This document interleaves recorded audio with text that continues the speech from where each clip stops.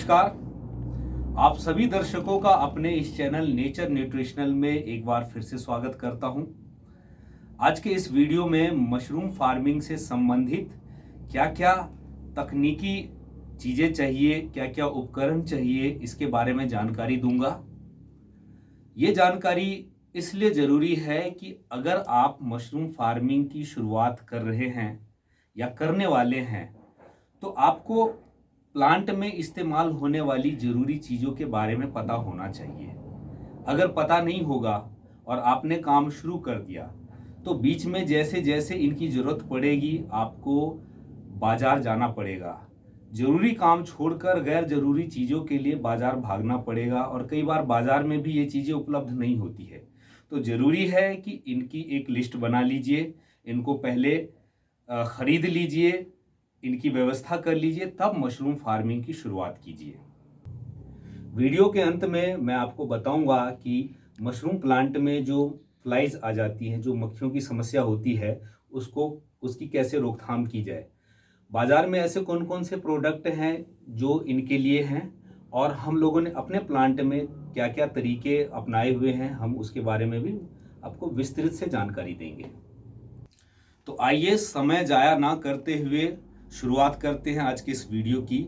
सबसे पहले मैं आपको बताने जा रहा हूं कि मशरूम फार्मिंग के दौरान आपको किन किन केमिकल्स की ज़रूरत पड़ेगी। हमारे पास है फॉर्मलिन और वेवस्टीन। फॉर्मलिन और वेवस्टीन का आपने खूब नाम सुना होगा। फॉर्मलिन इस तरह से लिक्विड फॉर्म में आता है और वेवस्टीन एक पाउडर है। इनको इस्तेमाल करने के लिए आपको चाहिए होगा ये गॉगल्स, क्योंकि फॉर्मलिन हवा में बहुत उड़ता है और इससे आंखों में जलन होती है। तो इससे बचने के लिए जब भी आप फॉर्मलिन का स्प्रे करें या साफ सफाई के लिए आप फॉर्मलिन का जब भी इस्तेमाल करते तो पूरे कमरे में एक गंध सी होती है और आंखों में जलन होती है। तो उससे बचने के लिए इस तरह का ये गॉगल है जिसको आप पहनकर आप फार्म में जा सकते हैं। तो ये बहुत ही प्रोटेक्टिव है। इसके साथ ही आपको ज़रूरत पड़ेगी मास्क की। ये यूज एंड थ्रो वाला मास्क है, लेकिन आप और भी तरह तरह के मास्क हैं जिसका आप इस्तेमाल कर सकते हैं। फॉर्मलिन या किसी भी तरह का आप केमिकल इस्तेमाल करते हैं तब आपको ज़रूरी है कि आप अपने हाथों को बचाएं। उसके लिए ग्लव्स है। ग्लव्स के और भी प्रकार हैं, तो आपको ग्लव्स की बहुत ज़रूरत पड़ेगी, क्योंकि फॉर्मलिन अगर हाथ पे पड़ जाए तो स्किन रफ हो जाती है। तो इसके लिए ये ज़रूरी चीज़ें हैं। फिर आपको चाहिए होगा थर्मामीटर। थर्मामीटर दो तरह के हैं। एक ये थर्मामीटर है जो क्लॉक शेप में है। इसमें समय भी पता चलता है। इसमें प्लांट के अंदर कितनी ह्यूमिडिटी है, कितना टेम्परेचर है, इसका पता चलता है। जैसे आप अभी देखें तो अभी हमारे प्लांट में 63% ह्यूमिडिटी है और अभी 23 डिग्री सेल्सियस इसमें तापमान है। फिर आपको एक इस तरह के थर्मामीटर की भी ज़रूरत पड़ेगी। हमारे कंपोस्ट का क्या तापमान है वो भी ज़रूरी होता है, पता रहना चाहिए हमें। तो उसके लिए ये स्टिक वाला थर्मामीटर है जिसको आप अपने बैग में घुसा सकते हैं और 2 मिनट के बाद इसको निकालेंगे तो आपको तापमान यहाँ पर दिख जाएगा। आप देख रहे होंगे कि हमने यहाँ पर 2 डिजिटल मीटर रखा हुआ है। ये आपको ऑनलाइन मिल जाएगा। इसे डिजिटल हाइग्रोमीटर कहते हैं। 2 इसलिए है कि आपको प्लांट के अंदर क्या तापमान है, क्या नमी है, ये चेक करने के लिए बार बार आपको प्लांट में आने की जरूरत नहीं है। आप देख रहे होंगे कि इसके साथ 1 मीटर लंबा वायर भी है और इस वायर के एंड में एक सेंसर है। ये सेंसर प्लांट के अंदर आ जाएगा और इसको आप प्लांट के बाहर ही फिक्स करा सकते हैं। तो आपको बार बार प्लांट के अंदर आकर चेक करने की जरूरत नहीं पड़ेगी। ये सब कुछ अंदर से बाहर डिस्प्ले कर देगा। दोस्तों, बढ़ते हैं आगे। मशरूम फार्मिंग में जो दूसरी ज़रूरी चीज़ें हैं वो है सिंचाई के साधन।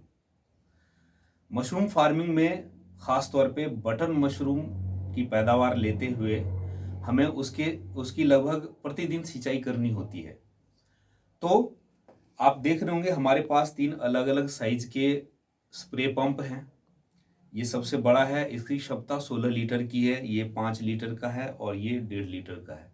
अगर आपके पास बैगों की संख्या कम है तब आप इनमें से किसी भी चीज़ का इस्तेमाल कर सकते हैं, लेकिन आपके पास लगभग 100, 150, 200 तक के बैग हैं तब आप इसका इस्तेमाल कर सकते हैं।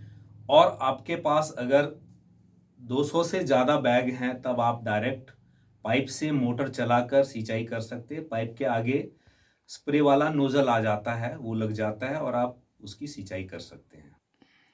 दोस्तों, मशरूम फार्मिंग करते हुए हमें साफ सफाई का विशेष ध्यान रखना होता है। आप जब कभी भी प्लांट में घुसें, चाहे फसल तोड़ने के लिए, चाहे सिंचाई करने के लिए, चाहे किसी भी काम से, जब भी आप प्लांट के अंदर आएँ तो साफ सफाई का विशेष ध्यान रखिए। अपने हाथ और पैरों को सैनिटाइजर से या फॉर्मलिन के पानी से डिसइंफेक्ट कर लें। अच्छा रहेगा कि अपने प्लांट के दरवाजे के बाहर आप एक टाट की बोरी को फॉर्मलिन के पानी से गीला करके रखें। जब भी आप आइए, अपने जूते या चप्पल जो भी आपने पहन रखा है बाहर रखिए और उसमें पैर रगड़ कर आइए। और प्लांट के अंदर घूमने फिरने के लिए, काम करने के लिए आपके पास सेपरेट चप्पल होना चाहिए। एक और भी तरीका है, यहाँ पर पॉलीथीन शू है, इसको आप अपने पैर में पहन सकते हैं। ये पैर के हिसाब से बहुत बढ़िया होता है। तो ये कुछ ज़रूरी चीज़ें हैं। फिर अगेन आपके मुंह पर मास्क होना चाहिए, हाथ में ग्लव्स होना चाहिए। तो इस तरह से साफ सफाई का आप ख्याल रख सकते हैं। तो दोस्तों, अब आ जाते हैं अपने आखिरी वाली उस बात पर जहाँ पर मैंने बताया था कि मशरूम प्लांट में फ्लाइज को कैसे कंट्रोल करें। फ्लाइज प्लांट में घुस आती हैं और कंपोस्ट पर अंडे दे देती हैं। अंडों से लार्वा बनता है और लार्वा हमारे माइसीलियम को खा जाती है, जिसकी वजह से पैदावार कम होती है और उस लेवल पर जाकर उनका कंट्रोल करना मुश्किल हो जाता है। तो अच्छा है कि मक्खियों को प्लांट में घुसने से रोका जाए। मक्खियों को प्लांट में घुसने से रोकने के लिए कुछ तरीके हैं। हमने जो तरीका अपनाया है वो ये है कि एक रिकमेंडेड तरीका है कि हमने प्लांट में पीले रंग का बल्ब लगा रखा है। बल्ब के ऊपर तेल या शहद की एक परत लपेट दी जाती है, जिसकी वजह से मक्खियाँ उस पर चिपक जाती है और मर जाती है। दूसरा तरीका है कि इस तरह से चिपकू वाले स्टिकर्स आते हैं। ये फ्लाई ट्रैप करने के लिए होता है। आप देख सकते हैं कि हमारे इस पे कितने सारे भी फ्लाई चिपक गए हैं। इस पर ये बहुत तेज चिपकता है। तो एक तरीका ये है कि आपके प्लांट के दरवाजे के पर अगर आप इसको लगा देते हैं तो जो भी मक्खियाँ आती है वो इसमें चिपक जाती हैं। तो दोस्तों, आज जिन चीज़ों की हमने बात की है, अगर उनकी व्यवस्था पहले कर ली जाए और फिर मशरूम फार्मिंग का काम शुरू किया जाए तो मशरूम फार्मिंग करते हुए आपका जो तजुर्बा है, जो एक्सपीरियंस है, वो भी अच्छा होगा, आपकी पैदावार भी अच्छी होगी। तो दोस्तों, कैसा लगा आपको ये आज का वीडियो? कैसी लगी आज की ये जानकारी? और आप और क्या क्या तरीके इस्तेमाल करते हैं, क्या क्या इक्विपमेंट इस्तेमाल करते हैं, आप कमेंट करके ज़रूर बताइए। इसका फ़ायदा ये होगा कि आप और हमारे अलावा जो लोग इस वीडियो को देख रहे हैं उनकी भी मदद हो जाएगी। तो मिलते हैं अगली वीडियो में एक नई जानकारी के साथ। तब तक के लिए नमस्कार।